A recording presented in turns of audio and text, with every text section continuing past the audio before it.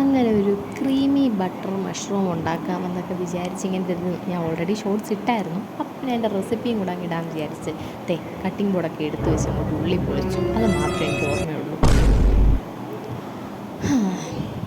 കണ്ടല്ലോ അവസ്ഥ. നമ്മൾ തോറ്റു കൊടുക്കുമോ? വീണ്ടും എടുത്തു അടുത്ത ഉള്ളി. മമ്മി കണ്ടിട്ടില്ല, കാണുമ്പോൾ എന്താവും അറിഞ്ഞൂടാ.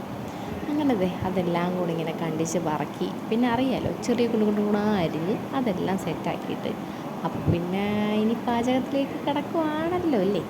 ഇപ്പം ഞാൻ ഒരു റെസിപ്പി പറയേണ്ട കാര്യമൊന്നുമില്ല, കണ്ടു നോക്കും, നിങ്ങൾക്ക് എന്തായാലും മനസ്സിലാവും. ശരിക്കും പറഞ്ഞാൽ ഈ ലോങ് വീഡിയോ ഇടുമ്പം ഏറ്റവും കൂടുതൽ എനിക്ക് തോന്നിയിട്ടുള്ള ബുദ്ധിമുട്ട് ഇതിന് ആപ്റ്റായിട്ടുള്ള വോയിസ് ഓവർ കൊടുക്കുക എന്നാണ്. അപ്പം നമ്മളിപ്പോൾ ഏതെങ്കിലുമൊക്കെ സോങ് ആഡ് ചെയ്യുകയാണെന്നുണ്ടെങ്കിൽ അത് ഇഷ്യൂ വരും. അപ്പോൾ നമ്മൾ ഓൺ വോയിസിൽ ഇങ്ങനെ വോയിസ് ഓവർ കൊടുക്കുമ്പം എന്തോ ഒറ്റയ്ക്കിരുന്ന് അലയ്ക്കുമ്പം ആരെങ്കിലും കേൾക്കുമ്പോൾ വിചാരിക്കും ഭ്രാന്താണെന്ന്. പക്ഷേ നമുക്കല്ലേ അറിയോ ഇത് വോയിസ് ഓവർ കൊടുക്കുന്നതാണെന്ന്. എന്തായാലും ഇതിപ്പോൾ ഞാൻ പറഞ്ഞുതരാം, കുഴപ്പമില്ല. നമ്മളിപ്പോൾ രണ്ടാമതെടുത്ത ഉള്ളിയെല്ലാം അരിഞ്ഞ്, ഒന്നെങ്കിൽ നിങ്ങൾക്ക് നീളത്തിന് അരിയണമെങ്കിൽ നീളത്തിന് അരിഞ്ഞതിന് ശേഷം കൈ കൊണ്ട് നന്നായിട്ടൊന്ന് ഞവടി കൊടുത്താൽ അത് കുറച്ചും കൂടെ ഒന്ന് ഉടഞ്ഞുടഞ്ഞ് വരും.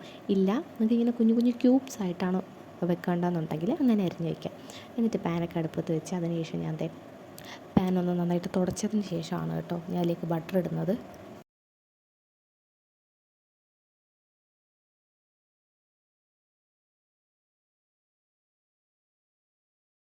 അത് തുടച്ചത് വേറൊന്നും കൊണ്ടല്ല കേട്ടോ, അതിൻ്റെ അകത്ത് വെള്ളം ഉണ്ടായിരുന്നു. ഞാൻ കഴുകി വെച്ചിട്ട് പാൻ ഉണങ്ങിയിട്ടില്ലായിരുന്നു. അതുകൊണ്ടാണ് ഞാൻ ജസ്റ്റ് ഒന്ന് നല്ലൊരു ടിഷ്യൂ എടുത്തിട്ട് നന്നായിട്ട് തുടച്ചത്. പുതിയ പാത്രമാണ്, അപ്പം വൃത്തിയായിട്ട് തിരിച്ച് കൊടുത്തിരുന്നെങ്കിൽ അറിയാമല്ലോ, പിന്നെ എന്നെ ഇവിടെ വെച്ചേക്കത്തില്ല. അപ്പോൾ അതിനുശേഷം നന്നായിട്ട് തുടച്ച് വൃത്തിയാക്കിയതിന് ശേഷം പാൻ നന്നായിട്ട് ചൂടാവുന്നവരെ വെയിറ്റ് ചെയ്ത് കൊടുക്കുക. ചൂടായതിന് ശേഷം നമുക്ക് ലേശം ബട്ടർ ഇപ്പം ഇഷ്ടമല്ലാത്തവരാണെന്നുണ്ടെങ്കിൽ കുറച്ച് ഗീയൊക്കെ ആഡ് ചെയ്തിട്ട് എടുത്തോളൂ, കുഴപ്പമില്ല. പിന്നെ നമ്മുടെ ഇതിൻ്റെ പേര് തന്നെ ക്രീമി ബട്ടർ മഷ്റൂം എന്നായതുകൊണ്ട് നമുക്ക് ബട്ടർ ഇട്ടേ പറ്റൂ. പിന്നെ ഞാൻ ഇതിൽ മിൽക്ക് യൂസ് ചെയ്തിട്ടുണ്ട്. ഇനി മിൽക്ക് അലർജി ആയിട്ടുള്ളവരാണെന്നുണ്ടെങ്കിൽ നിങ്ങൾക്ക് മൈദാ മാവില്ലേ, അത് ജസ്റ്റ് ഇച്ചിരി ഒന്ന് ചൂടുവെള്ളത്തിൽ കലക്കി ഒരു ക്രീമി ടെക്സ്ചറായിട്ട് നിങ്ങൾക്ക് അതും യൂസ് ചെയ്യാം, കുഴപ്പമില്ല.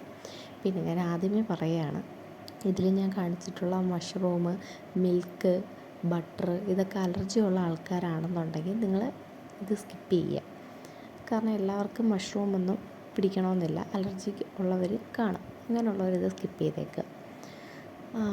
അതിനുശേഷം ബട്ടർ ഒന്ന് മെൽറ്റായി ജസ്റ്റ് ഒന്ന് ഇതായി വരുമ്പോഴത്തേക്ക് നേരത്തെ അരിഞ്ഞ് വെച്ചേക്കുന്ന ഉള്ളി നമുക്കിതിലേക്ക് ഇട്ടതിന് ശേഷം നന്നായിട്ട് ഇച്ചിരി ഉപ്പും കൂടി ഇട്ട് വഴറ്റി കൊടുത്താൽ വേഗം വഴണ്ടി വരും.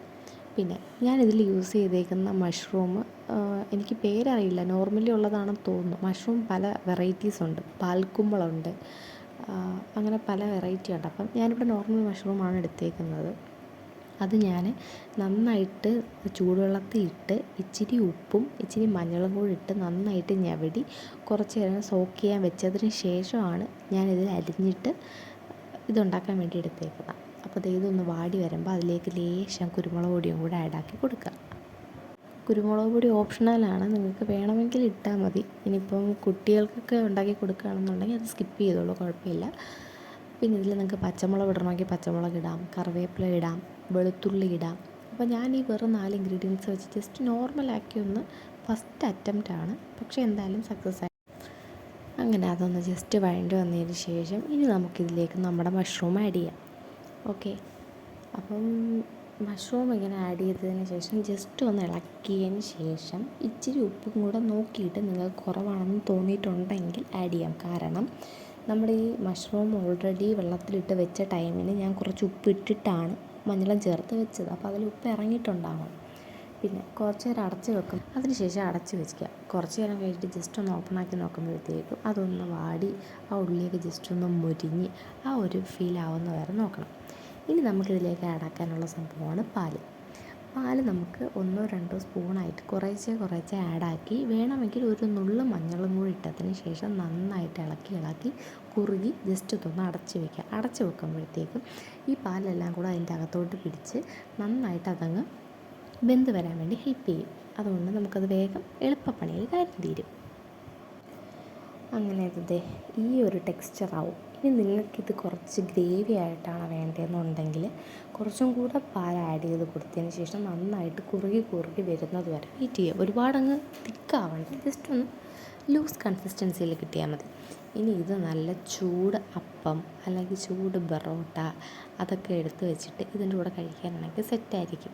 പിന്നെ ഇപ്പോഴും ഞാൻ പറയാം, മഷ്റൂം പാലൊക്കെ അലർജിയുള്ള ആൾക്കാർ ഇത് ട്രൈ ചെയ്യാതിരിക്കാം. അങ്ങനെയാണെന്നുണ്ടെങ്കിൽ നിങ്ങൾക്ക് മഷ്റൂമിന് പകരം നിങ്ങൾക്ക് വേറെ എന്തെങ്കിലും പനീറോ ഒക്കെ യൂസ് ചെയ്തും ഇതുണ്ടാക്കാം. മിൽക്കിന് പകരം മൈദ ജസ്റ്റ് ചൂടുവെള്ളത്തിൽ ഒന്ന് ഒഴിച്ച് കുറുകി അങ്ങനെയും യൂസാക്കാം. അപ്പോൾ ഇതെല്ലാവരും ട്രൈ ചെയ്ത് നോക്കിയിട്ട് അഭിപ്രായം അറിയിക്കണം. Thank you.